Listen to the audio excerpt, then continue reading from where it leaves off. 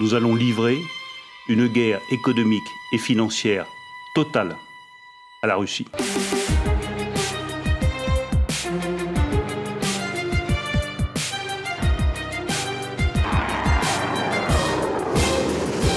Nous allons donc provoquer l'effondrement de l'économie. И в своей стране. Who's already lost the war.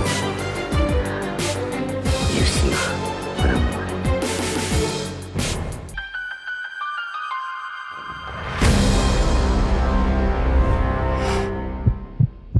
Bonjour tout le monde et bienvenue pour ce nouvel épisode d'Hegemon, un épisode tant attendu tellement l'actualité est chargée.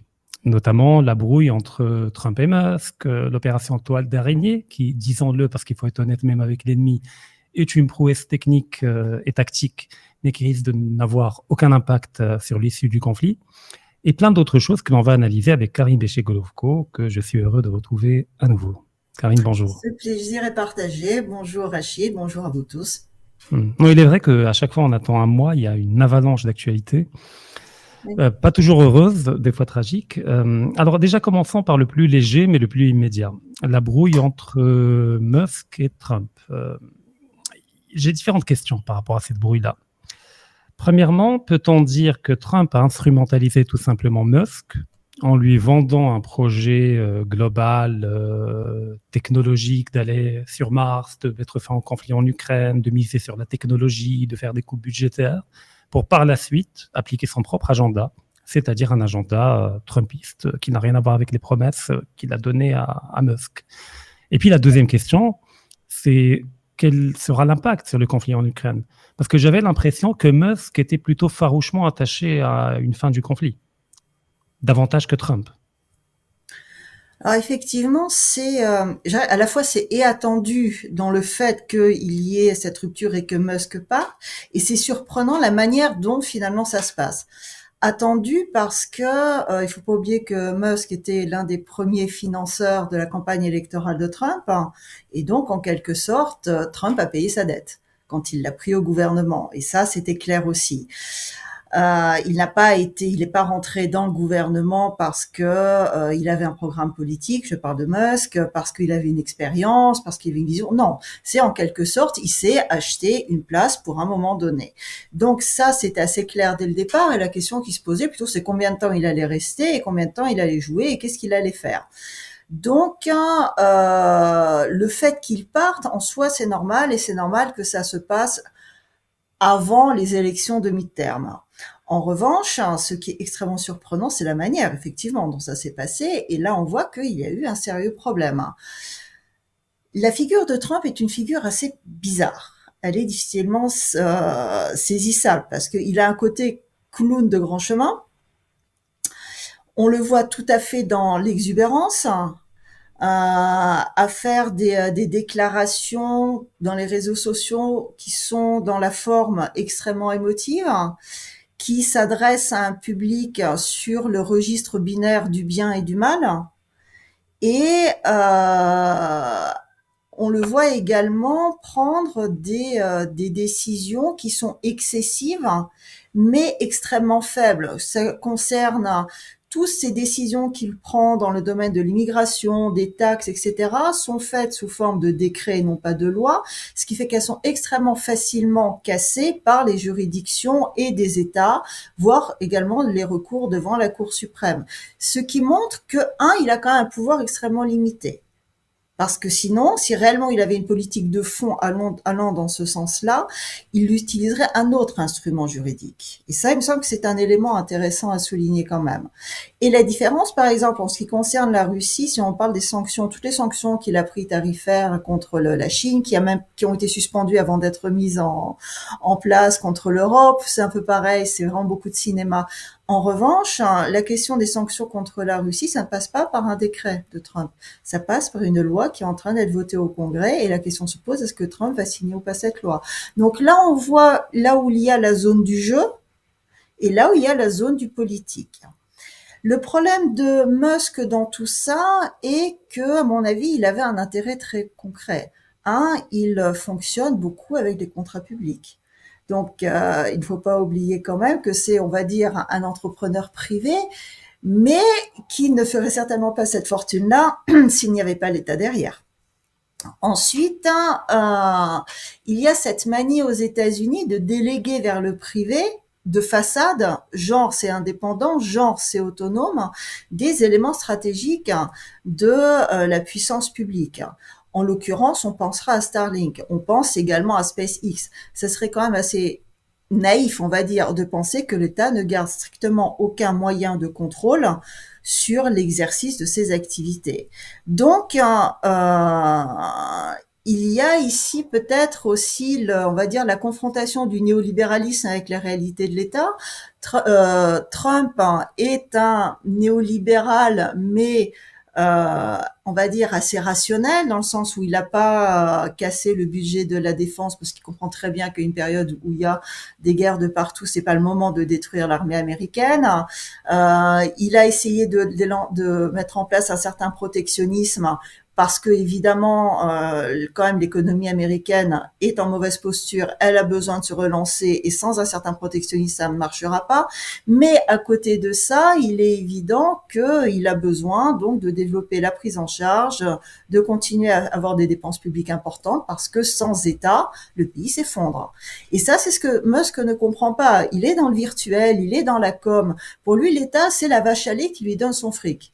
Donc, il voit pas à quoi ça peut servir d'autre. Le reste doit être éliminé. Il n'y a aucune vision d'État stratégique. Et c'est intéressant parce qu'en fait, Musk est vraiment l'incarnation de tout ce néo-management que l'on implante notamment en France depuis une vingtaine d'années. Comme on a détruit l'École nationale d'administration en implantant toutes ces technologies, genre le business et un dieu, c'est la seule chose qui fonctionne et a une logique idéale. Il y a une forme de négation de la logique publique. Ça ne veut pas dire que l'État soit bien géré, ça sont deux choses complètement différentes. Mais c'est pas parce que l'État est mal géré que l'État n'a pas sa logique propre. Ça aussi, c'est un paradigme qui, à mon avis, un pas qu'il ne faut pas faire et qu'on nous incite à faire, justement, pour légitimer la désétatisation de nos sociétés. Et Trump est une sorte de barrière un peu de ce côté-là. C'est-à-dire que lui, effectivement, oui, il a son agenda qui est globaliste, mais qui est d'un globalisme rationalisé. Et il essaye de rendre l'État américain fort pour que justement il puisse continuer à maîtriser ce monde global, mais en adaptant les mécanismes de gouvernance aux réalités du jour aujourd'hui. Pour la première question, à mon avis. Et c'est pour ça, à mon avis, qu'effectivement, ça a clashé, parce qu'ils ont effectivement, oui, deux approches complètement différentes et absolument incompatibles dès qu'on rentre, en fait, dans le fond de la question, quoi. D'accord. Donc, premier élément, c'est que sur les dossiers sérieux qui relèvent de la géopolitique américaine, les instruments utilisés par Trump sont des instruments sérieux. On passe par un vote du Sénat, etc. Bon, après, il faut la signature, on verra s'il va signer. Mais quand il s'agit de la com politique, tout simplement, c'est par décret. Parce qu'il sait qu'il n'y aura pas, tout à fait, qu'il n'y aura pas de conséquences à assumer par la suite, en tout cas pas trop grandes. Et quant à la rupture entre les deux, alors effectivement, chez Musk, il n'y a pas une vision étatiste, parce qu'il est de fait libertarien et qu'il fait partie de cette mouvance libertarienne, où moins il y a d'État, mieux c'est. Mais peut-être qu'il a une vision supérieure à l'État. Parce que si je devais trouver une référence du côté russe, je parlerais de Vernadsky. Et qu'il est dans une vision cosmologique d'aller à la découverte du cosmos et que toutes les luttes ici-bas, sur Terre, autour de quelques kilomètres carrés, entravent la marche inébranlable de l'humanité vers la conquête du cosmos et du monde. Et que de ce point de vue, pour lui, voilà, donc faire des coupes budgétaires au niveau des financements des agendas woke et LGBT, effectivement, ça ne peut être que défendable. Même Trump y est allé. C'est clair. Tout à fait. Mais il était pour le fait d'investir 500 milliards au niveau de l'IA et puis au niveau du cosmos. Et l'idée même de Musk, peut-être, ce dont il rêve, c'est un monde où effectivement l'industrie spatiale russe pourrait collaborer avec SpaceX et avec d'autres partenaires pour aller ensemble conquérir l'espace. Donc une forme de naïveté politique peut-être chez Musk. Une naïveté, oui et non, parce que il se voit bien lui à la tête de ce monde de l'IA qu'il doit maîtriser. Donc, on va dire aussi qu'il y a derrière une utilisation très claire d'un homme politique, Trump, afin d'arriver à une finalité commerciale qui est la sienne. Et là, je pense qu'il n'y a pas beaucoup de naïveté pour le coup. Après, en ce qui concerne tous ces délires sur la supériorité, le cosmos, machin, etc., c'est quand même une espèce de fantasmagorie assez infantile. Et c'est un moyen aussi de nier la complexité de la gestion d'une société, la complexité des mécanismes étatiques, en disant finalement ça sert à rien, nous on est au-dessus de ça. Ça existe souvent, mais je pense pas que ce soit. Enfin, à mon avis, c'est pas une preuve d'intelligence, c'est pas une preuve de culture, en tout cas certaine. Donc, et ça, ce sont effectivement deux mondes qui s'opposent. Il y a le monde de l'instant, parce que quand il n'y a pas d'État, il n'y a pas de temps, il n'y a pas de gestion dans le temps, c'est l'instant.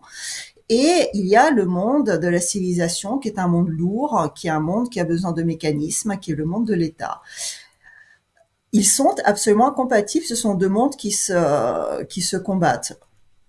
Et ça, effectivement, oui. Après, sincèrement, j'espère quand même que le monde de la réalité, que le monde de l'État, que le monde petit, un peu plus lourd, un peu moins fantasmagorique, le remportera, sinon on perdra beaucoup de notre civilisation. Alors maintenant, allons vers ce qui fâche, l'opération Toile d'araignée. Alors, comme j'ai dit en introduction, c'est brillant sur le plan tactique. Ça, je pense que même les Russes l'admettent. Il n'y a pas de problème par rapport à ça. Donc, c'est une opération qui a été préparée sur au moins 6 mois, parce qu'il fallait trouver les agents locaux pour exécuter, il fallait faire passer les camions, donc mettre en place les schémas de corruption. Bon, pour identifier les bases et la présence d'alliances stratégiques, ça, il y a les Américains pour aider avec les photos satellites. Donc, ça implique une implication directe des Américains dans cette opération-là, ou des Anglais, ou des deux. Et l'objectif a été atteint, puisque même les Russes ont admis que plusieurs avions stratégiques, des Tupolev 95, ont été détruits. Alors, en l'occurrence, il n'y avait pas de Tupolev 160, qui sont les bombardiers stratégiques les plus avancés du côté russe, mais ça fait quand même mal. Premièrement, alors, quel est l'objectif de cette opération-là, sachant qu'elle ne risque pas d'avoir d'impact sur le front, sur l'issue du conflit? Certains parlent du fait de la volonté de Zelensky de saboter les accords d'Istanbul, puisque c'est venu quasiment en même temps que les accords d'Istanbul, et que l'effet recherché était le retrait de la Russie des négociations. À ton avis, à quoi ça rime, cette opération-là? Alors, revenons d'abord sur l'opération en elle-même, parce que elle est extrêmement importante, et à mon avis, elle est extrêmement importante à analyser, avant de voir quels sont les effets possibles. Effectivement, la préparation est indéniable et la réussite tactique est également indéniable. Je serais quand même plus réservée sur le fait que cela n'aura aucun impact. Peut-être pas militaire directement, mais il faut faire attention à toujours sous-estimer. On peut toujours sous-estimer quand on prend chaque élément au point par point. Le problème, c'est que chaque élément dans une guerre s'ajoute aux autres éléments. Donc, il y a toujours un effet de balance qui se met à pencher un peu d'un côté, un peu de l'autre, et en ce sens, ça aura un impact. Et ça a un impact. La première question qu'on se pose, c'est comment est-ce possible ? Quand même. Et là, on en revient un peu à ce dont on va parler après, dont on parle régulièrement dans Hegemon, le problème de ces élites dirigeantes en Russie qui sont toujours dans un mode de pensée globaliste. C'est-à-dire qu'elles ne remettent pas en cause les instruments qui ont été imposés pour garantir la sécurité d'un monde global, notamment les traités qui ont été conclus à la fin de l'époque de l'Union soviétique avec les États-Unis, qui ensuite ont été modernisés, amplifiés, et on en arrive au traité START 3 qui prévoit notamment, au-delà le fait de la maîtrise du nombre de têtes nucléaires, etc., le fait d'une information réciproque, que l'information soit accessible entre les États-Unis et la Russie actuellement en ce qui concerne l'utilisation des forces stratégiques nucléaires. Quand on prend le texte du traité, il n'est marqué nulle part qu'il est interdit de mettre les bombardiers dans des hangars. Ça déjà, je pense que c'est un point qu'il faut quand même préciser. On peut regarder le texte. Si quelqu'un me trouve l'endroit où c'est marqué, j'en serais très heureuse. Ça n'est pas marqué. C'est une interprétation du texte. Pourquoi ? Pour deux raisons. La première, parce que aujourd'hui, il n'y a plus de visite de contrôle comme il y avait à l'époque soviétique entre les deux pays. Vous avez des gens qui venaient voir comment ça se passait, où c'était entreposé, ce qui se passait. Maintenant, tout se passe par satellite. Objectivement, si les avions sont des hangars, ça bloque la visibilité par satellite, donc il n'y a plus de transparence, donc il n'y a plus de visibilité. Deuxième élément, traditionnellement et sous l'époque soviétique, la Russie laissait ses avions sur un plan ouvert. Ils n'étaient en général pas, ou très peu, très rarement, mis sous hangar. Et c'est une tradition qui est restée. Donc là, on voit deux éléments. Le fait que la tradition soit restée quand les techniques d'armement ont changé, en soi, ça pose une question de stratégie militaire. Il serait bon quand même de s'adapter. C'est bien se dire qu'on va construire des drones, mais c'est pas que ça, la modernisation quand même de l'armée. Deuxième élément qui est beaucoup plus inquiétant, c'est l'élément idéologique. Ce traité a été suspendu quand même en février 2023 par une loi, donc par un acte législatif, c'est-à-dire avec non seulement une décision de l'exécutif, puisque ça a été signé par le président, mais également par l'accord du pouvoir législatif des représentants de la nation. Le 23 février, Poutine a signé la loi qui suspend la participation de la Russie au traité START 3. Cela veut dire que, juridiquement, la Russie n'est pas obligée. Or, au moment où Poutine signe la loi, il y a tout d'abord une déclaration du ministère russe des Affaires étrangères, qui est suivie de très très près par une déclaration du ministère russe de la Défense, qui est d'accord, on sort, mais vous inquiétez pas, on va quand même continuer à respecter nos obligations. Donc la question qui se pose dans ce cas, à quoi ça sert de sortir si de toute façon tu vas continuer à respecter les obligations, sachant que les États-Unis, eux, ont cessé de respecter leurs obligations. Donc la Russie continue à respecter unilatéralement, c'est quand même une tradition chez elle, un traité quand l'autre partie ne le respecte plus en soi, et elle pense ainsi comme ça préserver le droit international. D'une part, d'autre part, la sécurité internationale. Revenons sur ces deux concepts. Premièrement, pour respecter le droit international, il faut respecter les règles du droit international. Un traité n'a de valeur que lorsqu'il est respecté par les deux parties. Quand une des deux parties ne respecte plus le traité, ce traité devient automatiquement caduc. C'est aussi du droit international, malheureusement, la Russie semble oublier. Deuxième élément, en ce qui concerne le respect de ce traité de façon unilatérale, afin de préserver la sécurité internationale. Elle ne préserve pas la sécurité internationale, elle préserve la sécurité de l'ordre mondial, global, ce qui est totalement différent. Depuis au minimum 2022, les États-Unis sont une partie impliquée directement dans le conflit qui se déroule en Ukraine contre la Russie. Autrement dit, la Russie respecte avec son ennemi, de manière unilatérale, sans lui demander de respecter, des règles qui vont dans l'intérêt de l'ennemi. Il y a un problème de logique profonde. Ça montre quoi? Ça montre que les Russes ne sont pas stupides. Il y a un problème idéologique. Ils ne sont toujours pas sortis du mode de pensée globale.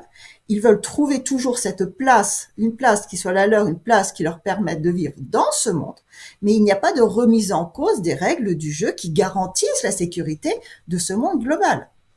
Et tant qu'ils n'arriveront pas à opérer ce dont on a déjà parlé avant, cette révolution cognitive, on n'arrivera pas à en sortir parce que toutes les règles existantes sont utilisées dans l'intérêt de la puissance dominante. La puissance dominante, pour l'instant, c'est encore et toujours la puissance atlantiste. Elle est contestée, elle est remise en cause, elle est en difficulté. Mais pour l'instant, et on le voit, elle est encore dominante sur le plan idéologique général.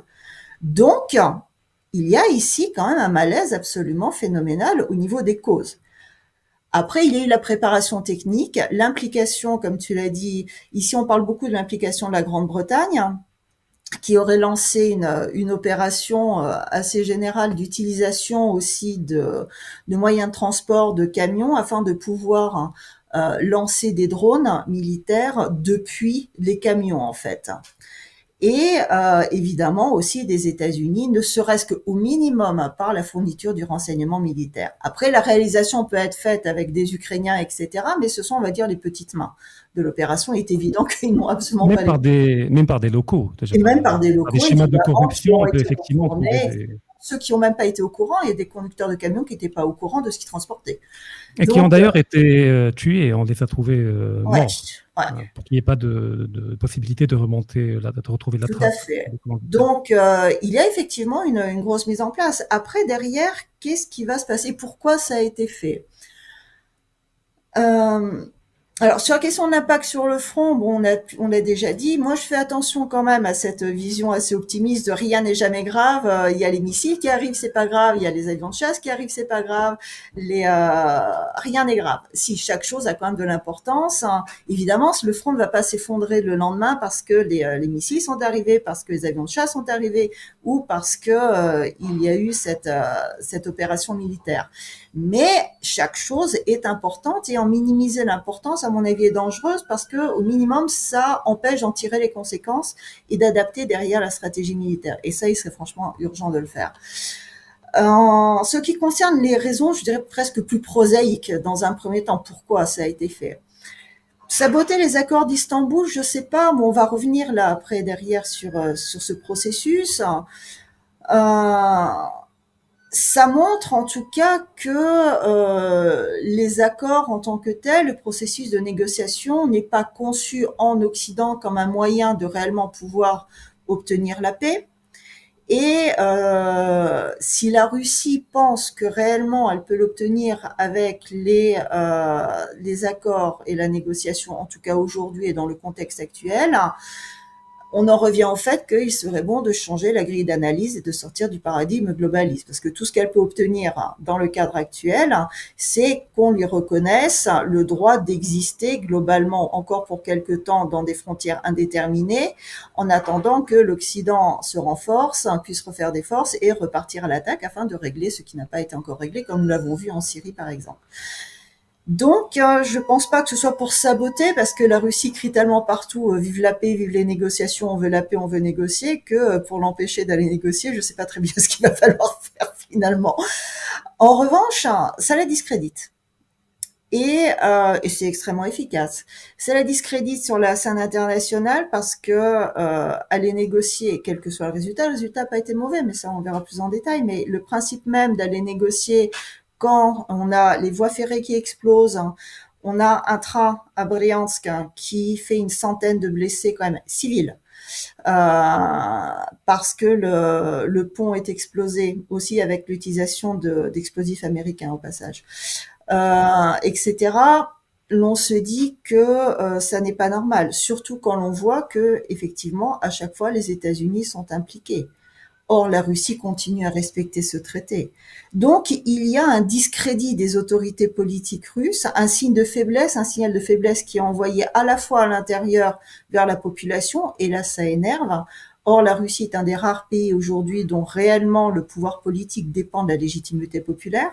Si les autorités russes perdent le soutien populaire, ça va provoquer un mouvement extrêmement dangereux à l'intérieur.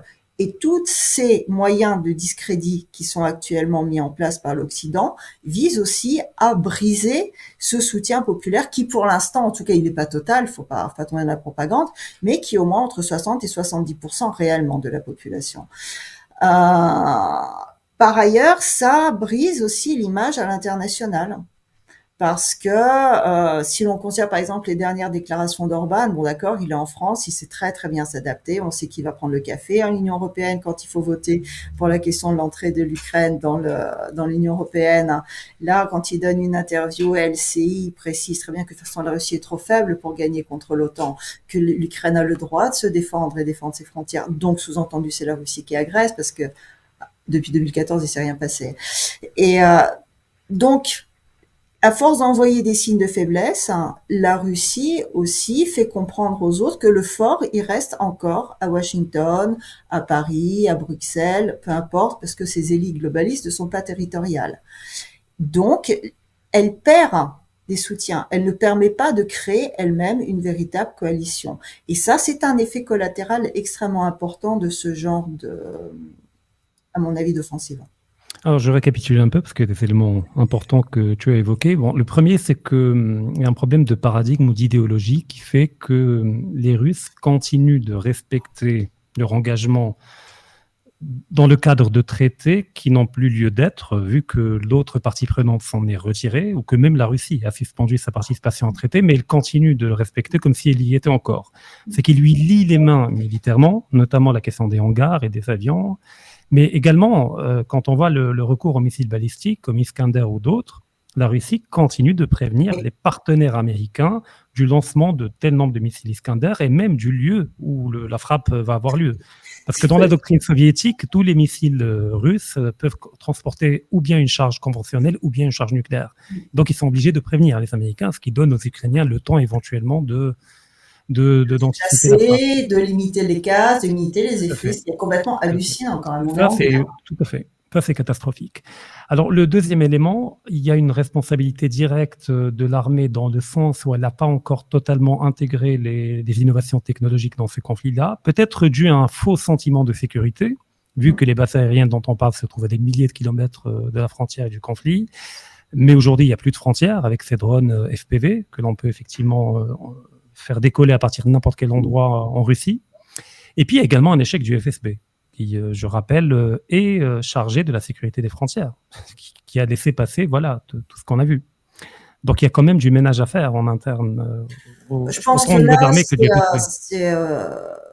même si je suis en général très critique, il me semble aussi que quand on analyse le conflit, à nous aussi de prendre un peu conscience de la situation. C'est-à-dire que nous sommes dans le cadre d'une guerre réelle, peu importe la façon dont chacun l'appelle, c'est une guerre.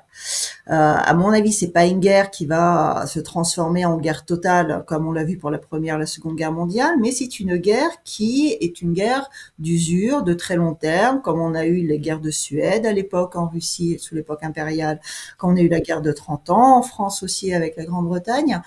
Et dans ce contexte-là, il n'y a pas de zone de sécurité absolue. Il ne peut pas y avoir. C'est-à-dire qu'on ne peut pas demander réellement que tout soit protégé. On ne peut malheureusement pas demander que chaque civil puisse être en sécurité, quel que soit l'endroit du territoire où il se trouve. En revanche, oui, toutes les mesures doivent être renforcées. Et ça, ce sont deux choses différentes. C'est pour ça que je dis que il faut pas minimiser parce qu'il faut réellement en tirer les conséquences. Je ne sais pas s'il faut faire du ménage ou s'il faut plutôt adapter la prise de conscience. Et ça revient au fait que pour adapter la prise de confiance, il faut quand même commencer à nommer l'ennemi. Et pour nommer l'ennemi, il faut aussi changer de paradigme idéologique. Le problème, c'est que tout est lié, en fait. Mmh. Alors, il y a l'autre élément, c'est que la Russie a les défauts de ses qualités. Je rappelle que c'est un pays énorme de plus de 17 millions de kilomètres carrés et qu'il est impensable tout simplement de vouloir sécuriser chaque centimètre carré de ce territoire-là. Et si on y ajoute effectivement la forme de corruption endémique que l'on peut retrouver, qui est moins importante qu'il y a 20 ans, mais qui existe encore et qui fait qu'effectivement, avec quelques milliers de dollars, on peut obtenir le fait que les douaniers regardent de travers le temps de faire passer quelque chose. Donc là, c'est effectivement un vrai problème. Alors maintenant, on en vient... Alors oui, et puis la dimension militaire, quand j'ai dit que ça n'allait pas avoir d'impact direct sur le front, alors, effectivement, ça va avoir un impact global sur la capacité de la Russie au niveau stratégique, offensive. Mais par rapport aux besoins du front, le seul usage de ces bombardiers stratégiques, c'était de lancer des missiles Kinjal. Mis à part ça, globalement, ils n'avaient pas grand intérêt. Ils ont un intérêt sur un plan beaucoup plus stratégique, au-delà de l'Ukraine, à l'échelle mondiale. Maintenant, la question des négociations d'Istanbul. Alors, c'est pas la première fois que des négociations se tiennent. À chaque fois, on voit que la Russie fait, entre guillemets, des concessions, bon gré, mal gré, sur le front, en l'occurrence, comme preuve de bonne foi dans les négociations, et se retrouve à chaque fois comme étant le cocu de l'histoire. Et les Américains et les Ukrainiens qui en profitent pour se réorganiser, se réarmer. Mais là, en l'occurrence, on a quand même une nouveauté. C'est que parmi les exigences de la Russie pour résoudre le problème à la racine et ne pas obtenir juste un cessez-le-feu, elle a ajouté des choses d'ordre culturel, comme le fait de rétablir le russe comme langue officielle, la question de l'Église orthodoxe, du respect du culte. Est-ce que cela implique un virage nouveau dans l'approche russe par rapport au conflit? Alors, il me semble qu'effectivement, j'étais extrêmement sceptique et voire passablement exaspéré au début du retour des négociations d'Istanbul, parce que comme on dit, chat échaudé craint l'eau froide. Et on a eu droit à Minsk, on a eu droit aux premiers accords d'Istanbul qui furent une catastrophe pour la Russie et politique et militaire. Donc à chaque fois en fait que la Russie parle de négociations, tout le monde en Russie retient son souffle, parce qu'on se demande quelles conditions favorables elle va encore mettre en place. Et là, au miracle, on n'en a pas entendu parler. Bien au contraire, Medinsky quand même durci le ton, a expliqué que si cette fois-ci, il n'était pas d'accord sur la reconnaissance territoriale dans les frontières administratives de ces nouveaux sujets plus la Crimée, il y en aurait 3 autres. Donc, il y a eu déjà, pas que sur le fond dont on va parler, effectivement c'est très important, mais je dirais sur la forme aussi, il y a eu un changement de tonalité. Et là, ce n'est pas que dans la com, parce que réellement, l'activité sur le front a continué. Là, l'armée russe est sortie sur la région, officiellement sortie aujourd'hui, de Dniepropetrovsk, et continue à élargir dans la région de Soumy et de Kharkov. Lentement dans Kharkov, mais continue à élargir, ce qui permet de mettre en place une bande de sécurité. Et comme dit avec beaucoup de sous-entendus Peskov aujourd'hui, cela fait notamment partie de la question de la mise en place d'une bande de sécurité. Donc le notamment peut dire que c'est peut-être une bande de sécurité, finalement ça peut peut-être devenir autre chose derrière. Donc le flou, qui sait? Voilà. Donc, il y a effectivement un changement, en tout cas, je dirais, sur la manière dont ça se passe. Et objectivement, la Russie affirme qu'elle ne va pas arrêter les combats cette fois-ci, qu'il est hors de question d'avoir un cessez-le-feu. D'abord, le cessez-le-feu doit être la fin, une fois qu'on a réussi à régler les problèmes existentiels de ce conflit. Comme nous le voyons, les négociations sont un front en soi, c'est-à-dire que ça fait partie des armes utilisées par les différentes parties au conflit. Jusqu'à présent, la Russie était très faible sur ce front-là.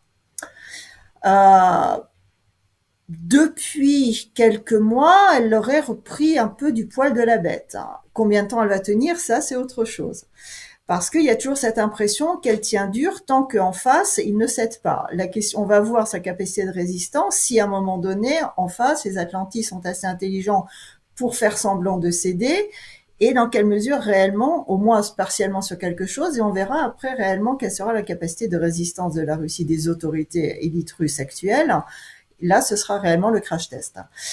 En attendant, elle a avancé des propositions nouvelles, c'est-à-dire que effectivement, mis à part la question de territoriale, la question aussi de la zone de la démilitarisation, de la neutralité, qui sont des conditions que je dirais fausses, enfin en tout cas artificielles, pour la simple et bonne raison qu'elles ne pourront être appliquées que dans la mesure où la Russie sera apte à les faire appliquer, comme on l'a vu avec la Finlande, qui est tranquillement rentrée dans l'OTAN, ça n'a absolument rien changé. Donc, mais bon, il y a certaines choses. Et il y a des éléments extrêmement importants, des éléments civilisationnels. La défense de la langue russe et la défense de l'Église orthodoxe canonique d'Ukraine. En fait, la Russie commence à formuler l'existence d'un monde russe qui a le droit d'exister. Et je dirais que c'est exactement la raison pour laquelle ce processus de négociation ne peut conduire à rien. Parce que l'Occident global ne peut pas se permettre l'existence d'un monde russe, sinon il ne serait plus global. C'est une question de principe, c'est existentiel pour lui. La Russie, à mon avis, n'a pas encore fait ce pas. C'est-à-dire qu'on est toujours dans cette, comme on le disait, cette volonté d'essayer de trouver une place dans ce monde. Et une place pour le monde russe. Il y a encore cette naïveté, mais déjà le fait qu'au moins elle formule cette nécessité, à mon avis, c'est déjà une évolution absolument fondamentale. Après, c'est à elle à le défendre aussi. Mmh. Non, effectivement, c'est-à-dire tout ce qui relève de l'économie ou même du territoire peut être négocié, on peut admettre une flexibilité, mais dès qu'on introduit des critères civilisationnels, effectivement, il n'y a pas de négociation possible. Et peut-être même que la Russie a finalement intégré l'idée que ça ne sert à rien de négocier, c'est sa manière de l'exprimer. D'autant plus que Medinsky, contrairement à d'habitude, avait dit même que la Russie est prête à combattre jusqu'à 2030, il n'y a aucun problème. Il a même cité, je crois, un exemple historique, la guerre contre la Livonie, qui avait duré 30 ans, etc. Il y a eu plein de guerres en fait sous l'époque de l'Empire qui ont duré très longtemps et où on avait trouvé cette division de la société, c'est-à-dire qu'il y avait une partie du territoire de la population qui vivait entre guillemets normalement, c'est-à-dire l'agriculture fonctionnait, l'économie fonctionnait, les services fonctionnaient, etc. parce qu'il fallait que la vie continue. Ça dure 30 ans, 50 ans, 60 ans. On peut pas faire la guerre mobiliser tout le pays pendant 30 ans, c'est pas vrai. Et il y avait des parties du territoire qui étaient en guerre intense. Et c'est un peu cette formule que l'on retrouve aujourd'hui. Mais le problème, nous sommes dans une configuration différente. C'est que à l'époque, il n'y avait pas de pénétration idéologique de l'ennemi sur le territoire de la Russie, ce qu'il y a aujourd'hui. Parce que quand on parle des élites globalistes en Russie, c'est une forme de pénétration des élites globalistes, donc ennemies, idéologiquement sur le territoire russe. Et c'est ça le problème, c'est qu'elle est conduite, en fait, pour gagner à l'extérieur, à devoir se reconstituer à l'intérieur. Et là, c'est intéressant parce que d'une certaine manière, le temps joue aussi pour elle, parce que elle arrive petit à petit à prendre des mesures qu'elle n'aurait pas pu prendre sinon autrement, et à sortir en fait réellement de certains mécanismes de globalisation qui sont même sur le plan juridique, sur la remise en cause au niveau de l'enseignement de certaines choses, par exemple, ce qui est très important, parce que c'est la formation des esprits, la question des manuels d'histoire, où on remet un petit peu d'ordre aussi, parce qu'il y avait des choses très surprenantes dans les manuels d'histoire, quand même, scolaires en Russie aussi, pas autant qu'en Ukraine, mais il y avait quand même des choses assez étonnantes. Donc, il y a un certain travail qui se met en place, et ça, l'un ne pourra pas fonctionner sans l'autre, de toute façon. Mhm. Alors, du côté russe, on a compris effectivement, tant qu'il n'y a pas un changement, une révolution intellectuelle et mentale au niveau des élites, on continuera à tergiverser par rapport à ce genre d'aspect. Mais du côté ukrainien, il y a une autre problématique. C'est que quand on voit l'armée ukrainienne, je ne parle pas de l'état-major qui est intégralement affilié à l'OTAN et qui prend ses ordres à Washington et à Londres, mais je parle des grades intermédiaires qui sont sur le terrain, des lieutenants, des commandants, des colonels. Eux, ils voient bien que c'est une boucherie qui ne sert à rien sur le plan militaire. Il n'y a pas d'issue de victoire possible. Mais ils sont obligés quand même de tenir le front et de continuer à combattre.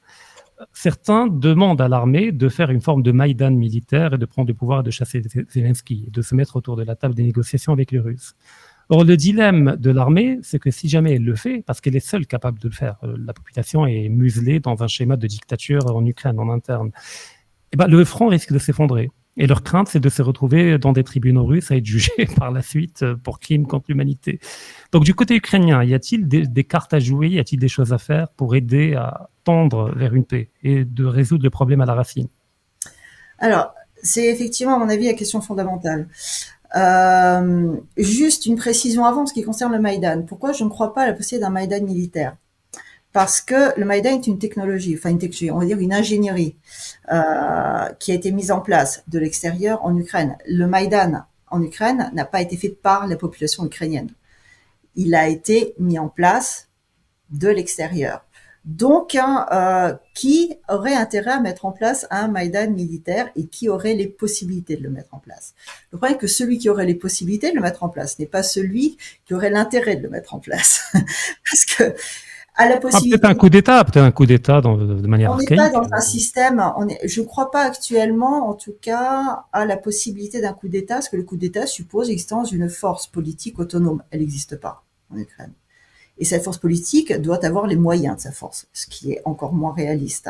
On n'est plus dans ces schémas des États-nations de l'époque où effectivement il pouvait y avoir l'émergence d'une poussée politique qui allait renverser la situation et on allait revenir dans le courant national. C'est bidon, on est dans un autre système. Il y a un système de néocolonialisme global qui est général et qui est global dans le sens direct du terme. C'est-à-dire qu'il y a une gestion des territoires par des élites globales de façon directe, de façon indirecte, mais qui sont rentrés, qui sont pénétrés partout. Donc, qui va organiser? Celui qui maîtrise le territoire. Les globalistes n'ont pas intérêt au Maïdan. La Russie ne contrôle pas le territoire. Donc, il n'y aura pas de Maïdan. Quelqu'un comme le général Zaloujny, qui jouit d'un respect monumental au sein de l'armée, notamment des soldats sur le front, contrairement à Syrski, qui effectivement est un boucher, ne pourrait-il pas incarner cette force? Non. Et de mobiliser l'armée contre Kiev? Mais il fait partie des favoris, en tout cas théoriquement, si jamais il y avait des élections en Ukraine. Alors, les élections, c'est à part revenir, on va revenir sur les élections, parce que quand il y a un constitutionnaliste qui entend parler d'élections en Ukraine actuellement, et surtout d'élections honnêtes, indépendantes, ça fait un peu rire. Donc, en plus, c'est savoir qui on va mettre à la place. On laisse tomber la question des élections. Non, mais Donc, théoriquement, c'est le plan de la théorie. S'il théoriquement, devait y avoir des... le problème, c'est que ce territoire actuellement est complètement contrôlé. Et je dirais, bon, en Ukraine, c'est très fort, c'est très direct contre la Russie. Mais la question se pose exactement de la même manière, simplement d'autres formules pour la France, pour l'Allemagne, pour la Grande-Bretagne, etc. Ce sont des territoires qui sont idéologiquement contrôlés. Tant qu'on n'arrive pas à faire sortir les élites globalistes, on ne peut pas reprendre le contrôle du territoire. En France, c'est pareil, on peut mettre qui on veut à la présidence, soit Macron, ça ne changera rien. C'est une question de degré. Mais fondamentalement, ça ne changera rien. En Ukraine, ce sera pareil. Quelle que soit la figure qui sera en place, elle est en place pour mettre en place un certain programme. Certains vont mettre plus de cœur à l'ouvrage, d'autres vont freiner des cas de fer, mais de toute façon, ils ne détermineront pas le programme. Donc, c'est en ce sens-là où je ne crois pas à un Maïdan qui puisse, n'oubliez pas que le Maïdan a été une rupture idéologique. Ça a été cet élément qui a réellement fait basculer complètement l'Ukraine dans l'atlantisme. Or, il ne peut pas y avoir de rupture idéologique de façon autonome en Ukraine aujourd'hui, sauf si la Russie contrôle le territoire. Et dans ce cas, À moins que, oui, non, mais à moins que l'on mette en avant un discours qui ne soit ni une rupture totale avec l'Occident, ni une soumission totale à la Russie, mais un discours idéologique qui sera articulé autour de l'idée que l'Occident a organisé une guerre entre Slaves, entre orthodoxes, qui se tuent pour le compte d'un commanditaire étranger, et qu'il est temps tout simplement de mettre fin à cette boucherie, sans pour autant se soumettre à la Russie ni à l'Occident, et de enfin gagner une souveraineté ukrainienne. je signale Dans un schéma de neutralité. la Russie, hein. C'est à peu près le discours que tient la Russie quand elle ne remet pas en cause l'existence d'un État ukrainien, et elle dit simplement qu'il est possibilité, il y a de la place pour tout le monde. Or, ce discours n'est pas possible. Pourquoi? Parce que, on revient toujours à la même chose, qui contrôle le territoire ukrainien? Le territoire ukrainien est contrôlé par des forces globalistes qui n'ont pas intérêt à ce discours. Elles ont intérêt à contrôler ce territoire parce qu'elles doivent finir le travail de 91. La Russie doit tomber, doit disparaître ou doit s'aligner. Donc une dissidence ukrainienne n'est pas pensable. Alors, en revanche, la dissidence est pensable, mais en forme de dissidence, pas en forme de pouvoir. Ce sont des choses différentes. C'est-à-dire qu'elle ne peut pas gouverner, mais non seulement elle est pensable, mais elle existe. Et on le voit, il y a des actes de résistance, plus dans l'Est, c'est clair que dans l'Ouest, mais ça, de toute façon, c'est une réalité politique, historique aussi. Mais cette résistance existe, il y a des mouvements de résistance qui se mettent en place, et on le voit dans les régions de Kharkov, dans les régions de Kherson. Il y a, par exemple, des mouvements de résistance qui se mettent en place. Et c'est d'ailleurs pour ça que, notamment à Kharkov, la ville a été blindée d'Ukrainiens de l'Ouest, pour justement casser la population, maîtriser le territoire au maximum et faire fuir les populations qui restaient pro-russes vers la Russie parce que sinon elles étaient réprimées de façon trop directe. Donc on est dans un schéma effectivement de résistance. Et là, je reviens à ta question et je suis entièrement d'accord avec toi, il ne faut pas négliger non plus le facteur de la population ukrainienne qui voit les massacres de des soldats, des officiers intermédiaires, parce que eux sont fatigués, objectivement fatigués. Ils sont tenus essentiellement, certains par le fanatisme, d'autres par la terreur. Mais les deux, et le fanatisme et la terreur, demandent une pression continue et un pouvoir fort. Or, on arrive à un moment de rupture où les ressources ukrainiennes ne seront pas suffisantes pour tenir le front. Et c'est pour ça que l'on voit de plus en plus d'entreprises européennes et américaines s'installer en Ukraine. Et petit à petit, on va avoir de plus en plus de spécialistes des pays de l'OTAN qui vont arriver en Ukraine. On va avoir de plus en plus de conseillers militaires qui vont arriver en Ukraine. Bref, il va y avoir, à mon avis, sans qu'il y ait une déclaration avec un porte-drapeau français, américain, etc., ou avec un drapeau de l'OTAN, on arrive, on débarque tous en Ukraine, mais petit à petit, il va y avoir un remplacement des forces parce que objectivement, il n'y a pas le choix. Mais ça se fait en douceur, pour justement ne pas donner en question le casus belli et l'occasion à la Russie de pointer le doigt en disant, ça y est, vous voyez, ils sont passés à l'attaque. Alors que petit à petit, ils s'infiltrent et ils y vont. Et la présence va permettre en quelque sorte de renforcer ce pouvoir globaliste parce que ça maintient aussi un contrôle du territoire, un contrôle de la population qui est de plus en plus écrasée. Donc, si les Ukrainiens veulent sortir de ce système qui les tue en fait depuis au minimum 2004, Ça veut pas 2014, j'ai bien dit 2004 avec la révolution orange. En fait, voilà, mais ça, j'y allais derrière, tout à fait. Mais bien sûr, parce que l'Ukraine, c'est un territoire russe, historiquement, culturellement, génétiquement, depuis un millénaire.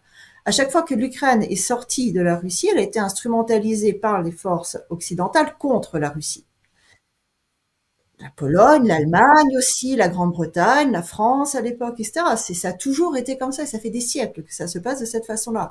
Donc, le seul moyen, je dirais, pour les Ukrainiens d'en sortir, c'est de dire basta, on rentre en Russie, point.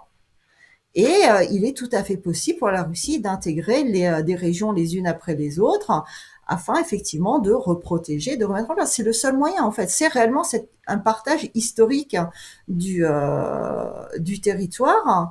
Mais pour être honnête, c'est exactement ce que veut pas l'Occident, parce que ça serait une défaite. Et c'est ce qu'ils peuvent pas se permettre. C'est pour ça qu'on voit cette hystérie monter en puissance. Macron D'ailleurs, on tient. y vient. Ouais, Effectivement, il y a un changement dans le discours, mais pas toujours de la même manière.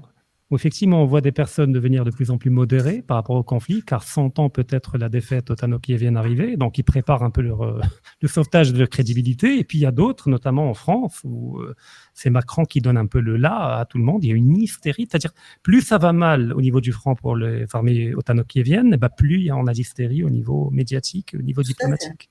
Ouais. Mais ça rime à quoi? Je veux dire, c'est un jeu de politique intérieure, de s'orienter vers le public français ou bien au contraire vers les chancelleries occidentales. À Je quoi joue pense que le Macron? public, ils s'en foutent honnêtement parce qu'ils ont l'habitude, ils sont sortis du système démographique, donc ils jouent sans public, entre guillemets. Ils jouent à huis clos. Donc, leur légitimité à toutes ces élites globalistes en Occident ne dépend pas de leur soutien populaire. D'ailleurs, si tu as remarqué, ils sont tous minoritaires. Donc, sinon, ils seraient déjà partis. Mais ils jouent leur instinct de survie, c'est-à-dire qu'ils se défendent réellement. La Russie présente réellement un danger, mais pas pour la France française, pas pour l'Allemagne allemande, pas pour l'Italie italienne. Elle présente un danger pour les élites globalistes qui sont au pouvoir en France, en Allemagne, en Italie, etc. Et ces élites se défendent et ces élites vont aller jusqu'au bout, d'autant plus que c'est pas elles qu'elles sacrifient. Elles sacrifient les pions, c'est-à-dire leur population. Parce que pour elles, ce sont pas leur population, ce sont les pays, ce sont les populations des pays qu'elles occupent. Et on voit réellement ce comportement, ce dédain, ce déni par rapport aux populations.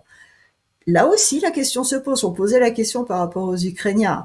La question, on peut la poser aussi par rapport aux Français, par rapport aux Allemands, par rapport aux Italiens, etc. Et vous, vous êtes où? Est-ce que vous allez continuer longtemps à vous faire instrumentaliser, à vous faire prendre pour des idiots, pour finalement quoi? Vous faire envoyer au casse-pipe, hein? Et pour défendre quoi? Défendre des élites qui travaillent contre l'intérêt national.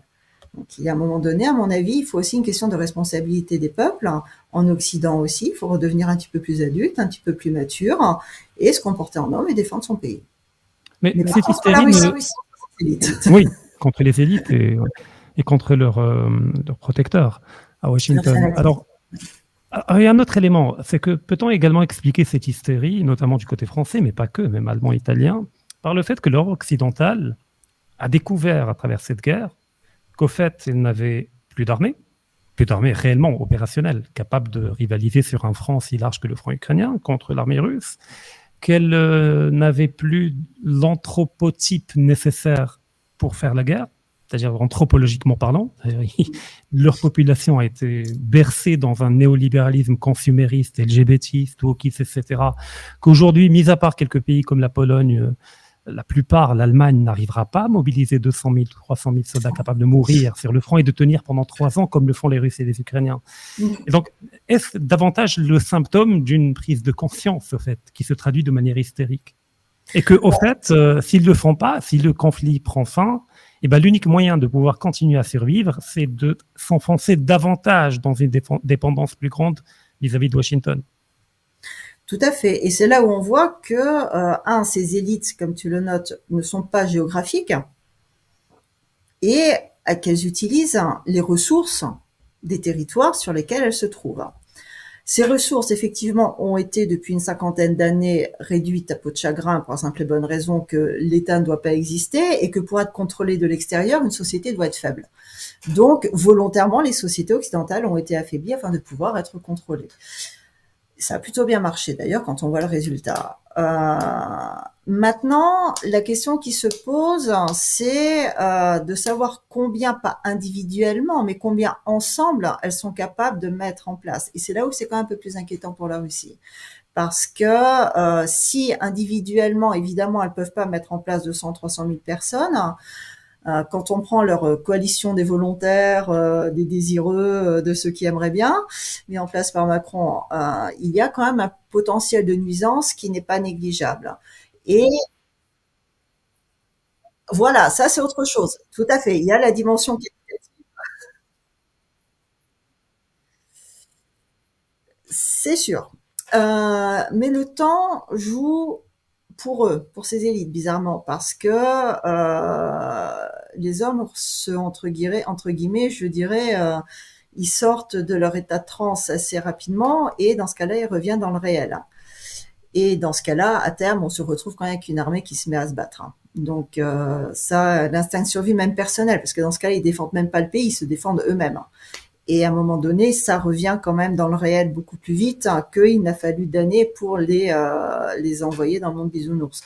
Donc ici, En c'est fait, on a un échantillon, parce que quand on voit l'armée israélienne, quand elle n'est pas dans le ciel à plusieurs dizaines de kilomètres, mais quand elle est sur le terrain, dans des catacombes, etc., je suis désolé, mais on les voit se mettre à chialer et à fuir dès qu'ils sont confrontés à un contact direct avec l'ennemi. Donc pourtant, ils sont dans un état de guerre permanent depuis des décennies. Mais l'anthropotype israélien, c'est l'anthropotype occidental. tout à fait. C'est celui des grandes métropoles, etc. Donc après, bon, effectivement, le nombre peut permettre de compenser la technologie, la logistique. Il y a la technologie, parce que voilà, ils ont quand même, il y a l'industrie, pas que d'un pays. Tu dis qu'effectivement, c'est tout l'intérêt des États-Unis parce que ils le disent ouvertement, ils n'arrivent pas à produire, donc de toute façon, on va inciter plus aux États-Unis. Donc, il y a en tout cas, je suis pas sûre qu'effectivement cela permette une victoire, non, je pense pas.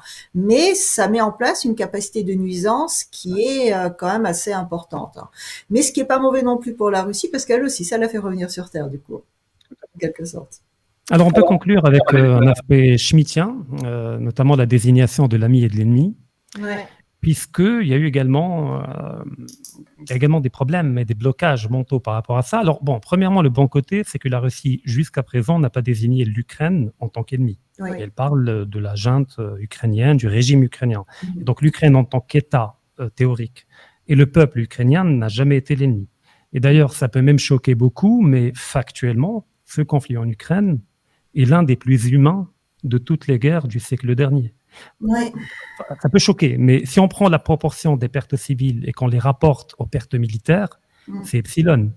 La majorité écrasante des pertes de part et d'autre, ce sont des militaires. Ouais. Et on parle de centaines de milliers de morts. Les civils, quelques milliers. Et en général, la guerre, c'est moche, la guerre. Bah, quand on tire un missile, des fois, il y a des erreurs, des problèmes d'imprécision. Mais c'est une guerre infiniment plus humaine que la guerre en Irak, que la guerre en Afghanistan, que la guerre au Vietnam, que la guerre à Gaza, ou que d'autres conflits. Ce qui démontre que la Russie ne combat pas le peuple ukrainien. Elle aurait pu raser des villes entières, elle aurait pu le faire dès le début, avant que les patriotes ne soient mis en place, etc. Mais la Russie a un blocage par rapport aux ingérences étrangères. Elle n'arrive toujours pas à désigner les Occidentaux globalement comme ennemis, mais davantage les États-Unis. Elle continue de parler de partenaires, d'implications indirectes, de menaces très lointaines, que la Russie se réserve le droit de réagir. Mais ils ne sont jamais passés à l'acte. Peut-être un jour, mais ils ne sont jamais passés à l'acte. Alors, il y a effectivement un problème, mais ça revient à ce qu'on disait au début, c'est que, à mon avis, il y a deux raisons. La première est idéologique. C'est que si tu te bats pour finalement, parce que tu avais une menace directe et que cette menace directe, tu as voulu l'éliminer, mais ce peuple, c'est pas cette menace, que ce peuple, c'est ton peuple. Et ça fait millénaire que c'est ton peuple, et t'as tous les Russes et tous les Ukrainiens qui ont de la famille de part et d'autre. Donc, évidemment, ils ont pas envie de se taper dessus. Il y a des groupes fanatiques, il y a des gens qui sont dans ce travail, il y a des gens qui y croient, ça existe évidemment. En Ukraine, c'est pas la question. Mais sinon, pour le reste de la population, c'est un espace civilisationnel, historique, humain. Donc, évidemment, il n'y a pas de guerre totale entre les peuples, ce sont des Slaves, point. Et ça explique aussi pourquoi la Russie ne déverse pas des bombes. Elle peut raser Kharkov, en principe. Elle peut le faire, et elle prendra la ville. Elle prendra des ruines, et elle prendra du sang.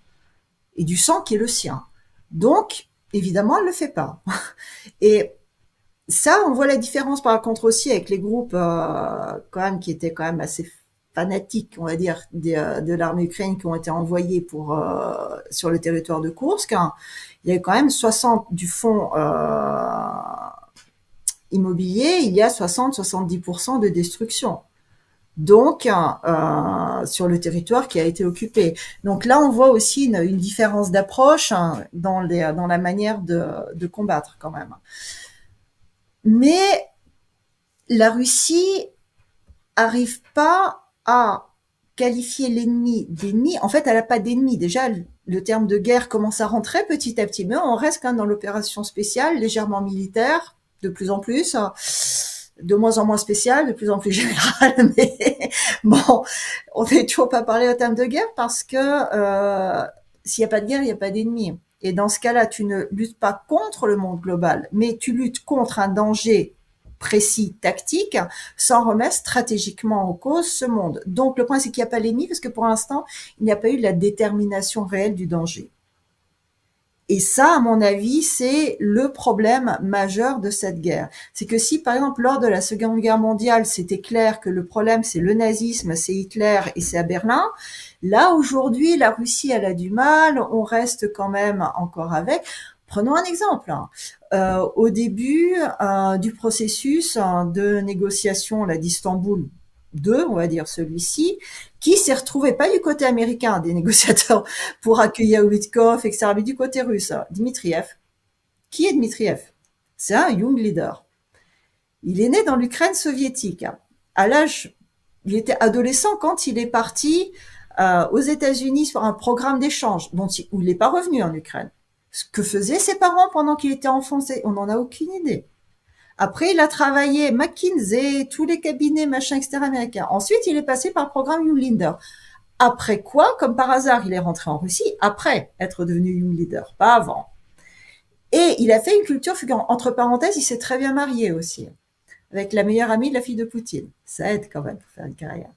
Donc, on voit quand même, on va dire, une certaine sensibilité pour ces élites globalistes. Et la question qui se pose, surtout quand on voit ces tweets, quels intérêts défendent-ils? En fait, on se pose pas la question quand on lit ces tweets. Donc, il y a effectivement un problème. On peut pas désigner l'ennemi quand on le considère pas comme l'ennemi. Alors, on va être très fâché parce qu'il y a concrètement, il y a tel corps d'armée qui vous tire dessus, parce qu'il y a tel renseignement militaire qui est utilisé contre vous.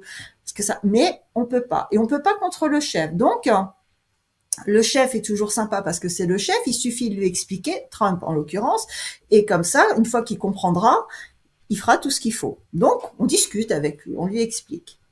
Les méchants, c'est qui? On revient toujours dans la tradition russe. Les méchants, c'est les boyards. Le tsar est sympa, les boyards sont méchants. Et les boyards, c'est qui? Les boyards, c'est les Européens. Donc les Français sont méchants, les Britanniques sont méchants, les Allemands sont méchants, ils sont tous méchants. C'est amusant, mais il y a quelques jours, là, le ministère russe des Affaires étrangères s'est énervé parce que l'Allemagne a remercié les États-Unis pour la libération. Bizarrement, ils sont pas autant énervés, en tout cas pas de façon aussi officielle, quand Trump, par 2 fois, a tweeté, enfin pas tweeté, mais bon, dans ses réseaux sociaux, a expliqué gentiment que c'est quand même grâce aux États-Unis et c'est eux qui ont gagné la Seconde Guerre. Bon, les autres ont aidé un petit peu en périphérie, mais quand même, c'est eux. Quelques dizaines de millions de morts, mais c'est rien. Mais c'est un détail de l'histoire, ça on va pas s'arrêter au détail quand même, faut pas exagérer. Donc, et là, il n'y a pas eu de réaction. Donc, on voit quand même qu'il y a toujours un problème de révérence qui est beaucoup trop marqué. Et ce problème, cette faiblesse inhérente à ce système, est largement instrumentalisé de l'extérieur contre la Russie. En revanche, on voit quand même une évolution au fur et à mesure du conflit. C'est que petit à petit, là, au niveau du ministère des Affaires étrangères, Poutine, de temps en temps, on voit que l'OTAN est qualifiée comme ennemi. On sait que les États-Unis sont partis au conflit. Ça rentre petit à petit. Mais ça rentre encore lentement. L'ennemi n'a pas été qualifié. Et tant que l'ennemi n'est pas qualifié, le problème à la source ne pourra pas être réglé parce que le combat sera déterminé de façon tactique et ne sera pas déterminé de façon stratégique. Et ça, c'est la faiblesse phénoménale, à mon avis, et fondamentale de la Russie aujourd'hui. Qu'elle règle très petit à petit, lentement. Le temps joue, en tout cas pour elle, de ce point de vue-là, puisqu'en face, ça se fatigue quand même, ils se tirent un peu dans les pattes, ils ont un peu du mal à gérer économiquement, socialement, politiquement, etc. Donc, la Russie joue aussi sur le temps, mais le problème étant qu'elle n'a pas cette conviction, de dire réellement qui est l'ennemi, et de reconnaître que le monde russe, c'est un territoire historique, national, point. Et ça, tant qu'elle n'aura pas passé ce pas-là, elle n'aura pas la force morale, mentale nécessaire pour gagner la guerre. Elle a la force actuellement pour faire la guerre, mais elle n'a pas la force pour remporter la guerre. Et c'est pour ça que dans le discours dominant en Russie, on entend parler de façon excessive de paix avec l'ennemi et de négociation avec l'ennemi. Mais on n'entend quasiment jamais parler de victoire. C'est bien de parler de paix, parce que ça veut dire qu'on reste humain, qu'on garde une dignité humaine. Et ça, c'est important de la préserver, effectivement, dans tout conflit. Mais il faut contrebalancer pour savoir quelle paix on veut. Et pour cela, il est fondamental de rentrer dans le discours la notion de victoire. Est-ce que peut-être quelque part que l'élite russe, et peut-être même Poutine lui-même, n'arrive toujours pas à faire le deuil du monde d'avant, et qu'ils entretiennent l'espoir d'un retour à la normale, avec d'ailleurs un fantasme qui est d'ailleurs alimenté même par Trump, qui joue sur cette fibre-là, en parlant de dès que le conflit prendra fin, on va lever les sanctions économiques, vous pourrez revendre votre gaz, vous pourrez à nouveau aller voyager en Côte d'Azur, etc. Et donc en fait, c'est un fantasme qui se nourrit de part et d'autre, c'est-à-dire l'élite russe qui l'entretient, qui rêve du monde d'avant, parce qu'elle n'arrive pas à se projeter du côté chinois et asiatique, c'est pas leur monde. C'est une civilisation. Voilà, ils voient toujours du côté occidental, et puis les Américains qui jouent sur cette fibre émotionnelle en tenant la Russie en laisse à travers des fausses promesses, en sachant qu'il ne va jamais les tenir, de lever de sanctions, de retour à la normale, etc. Donc certainement, il faudra faire le deuil. Il faudra faire le deuil. Il a 2 remarques pour comprendre ça, effectivement. Je suis entièrement d'accord avec toi. Les élites qui sont en place en Russie aujourd'hui sont les élites qui sont issues de 91, de la chute de l'Union soviétique. Donc, c'est les élites néolibérales qui ont été mises en place. Elles sont pas fanatiquement néolibérales. Elles sont néolibérales à la russe, avec une certaine connotation nationale. Elles sont néolibérales. Et ça change pas. Il n'y a pas eu de changement d'élite entre-temps. Donc, soit ces élites arrivent à modifier le cadre, soit le problème, c'est qu'à un moment donné, elles risquent de se faire mettre dehors par d'autres élites plus nationales qui correspondront à la volonté populaire. Parce que quand tu te promènes, quand tu fais tes cours, simplement tu discutes, pas avec les gens qui travaillent dans les médias, dans l'université, etc. Non, simplement les vendeurs, les marchands, etc. Tu sais, tu te balades, tu discutes. Ils te disent, mais qu'est-ce qu'ils font? Pourquoi ils réagissent pas plus que ça? On a marre d'entendre parler de paix. Non, quand est-ce qu'on va gagner? Quand est-ce qu'on y va? Bon, il faut les aider, les Ukrainiens. C'est pas possible. On peut pas laisser comme ça. Ça, c'est le discours de la personne de la rue. Simple. Quand tu vas dans le magasin, il n'y a pas de doute là-dessus. Eux, ils n'ont pas ce discours superficiel, tout en nuances, pour pas déranger, parce que quand même, non, ils savent ce qu'ils veulent, ils savent où ils habitent, ils savent ce qu'ils veulent. Point. Et le problème, c'est que Poutine, en 2022, quand il a fait son discours en février, en lançant l'opération militaire, il a réveillé ce peuple. Parce que ce peuple, il a été écrasé depuis 91. Et là, depuis 2022, tout à coup, il s'est réveillé. Et maintenant, il demande, on nous a réveillés, on est là, on y va, et vous êtes où? Et à un moment donné, le problème, c'est qu'en Russie, ils finissent par poser les questions de façon moins délicate. Donc, ça serait bien que les élites ici, au moins, aient cet instinct de survie et qu'elles redeviennent politiques. C'est-à-dire qu'elles s'adaptent réellement à ce qui est attendu d'elles de la part de leur peuple. Et ça permettra de passer ce cap. Effectivement. D'autre part, oui, Trump joue sur du velours, comme tu l'as dit, c'est ce qu'on disait. Ils ont très bien compris en Occident quelle carte pouvait jouer Trump. Il peut effectivement titiller là où ça fait mal. Mais si je vous assure, vous allez avoir un si vous avez envie, mais venez ici, vous allez voir, ça va être très sympa. Et qu'est-ce qui s'était passé? Combien de sanctions ont été mises par les États-Unis sous l'Union soviétique? L'Union soviétique est tombée, les sanctions sont restées pendant des années derrière. Donc, bon. On revient toujours à ça, c'est que pour gagner une guerre, il faut vouloir gagner la guerre, mais il faut comprendre que c'est une guerre aussi. Et ça, c'est un pas qui reste encore à faire. Pour l'instant, la Russie est apte à se battre, mais pour l'instant, malheureusement, elle ne conçoit pas la victoire. Donc, effectivement, elle ne peut pas. Et puis pour reprendre le concept d'un conseiller de Poutine, je crois qu'il s'appelle Surkov, qui avait développé le concept de peuple profond qui l'oppose à État profond. Parce qu'en fait, en Russie, les élites peuvent devenir folles, elles peuvent trahir, elles peuvent, etc. Mais au sein du peuple, il y a une forme de noyau Oui. dur invisible qui finit toujours par ramener l'élite à la réalité. S'il Tout à ne veut pas, fait. il la remplace. Donc, c'est un Ouais. peu le garant de la fidélité à la tradition russe. Absolument. Ouais. Et historiquement, on l'a vu plus d'une fois. Tout à fait. Karine Béché-Golovko, merci infiniment. Merci Rachid, c'était un plaisir. Plaisir est partagé et j'espère te revoir prochainement pour un nouvel épisode d'Egemon, ainsi que toutes les personnes qui nous ont suivis. Merci infiniment et à très bientôt.